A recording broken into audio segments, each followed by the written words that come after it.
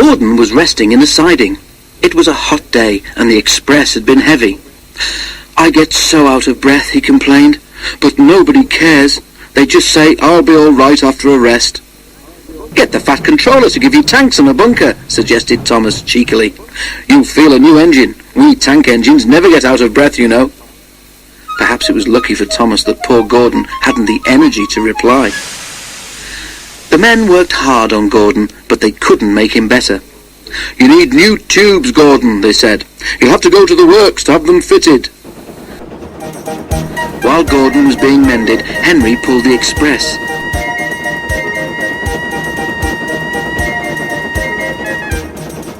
But one morning, just before Gordon was due back, Henry was ill too. "We've no spare engine except Thomas," the inspector told the Fat Controller, "but he can't pull the train on his own." "Could Percy help?" asked the Fat Controller. The inspector shook his head. "The two of them with Duck might manage," he suggested. "It's only as far as the works. They're sure to have a spare engine there." So the 3 tank engines were coupled together, Thomas nearest the train, Duck in the middle, and Percy at the front.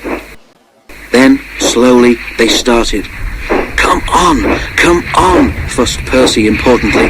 We're doing it, puffed Duck.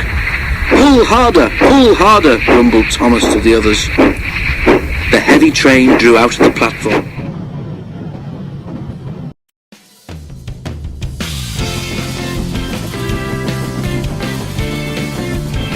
The engines couldn't go as fast as Gordon, but the passengers didn't mind. They knew that Percy, Thomas and Duck were doing their best. Expresses are not like branch line trains. They don't stop at all the stations, and the engines don't have a chance to get their breath back.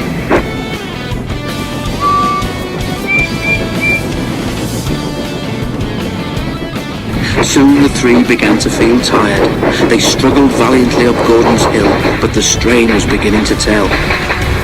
"I'm glad we didn't stick there," thought Thomas. "Gordon would never have let us hear the last of it." But the hill proved too much for Percy.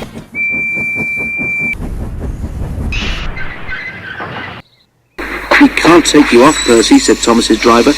"Do the best you can to keep your brakes off. It's not far now."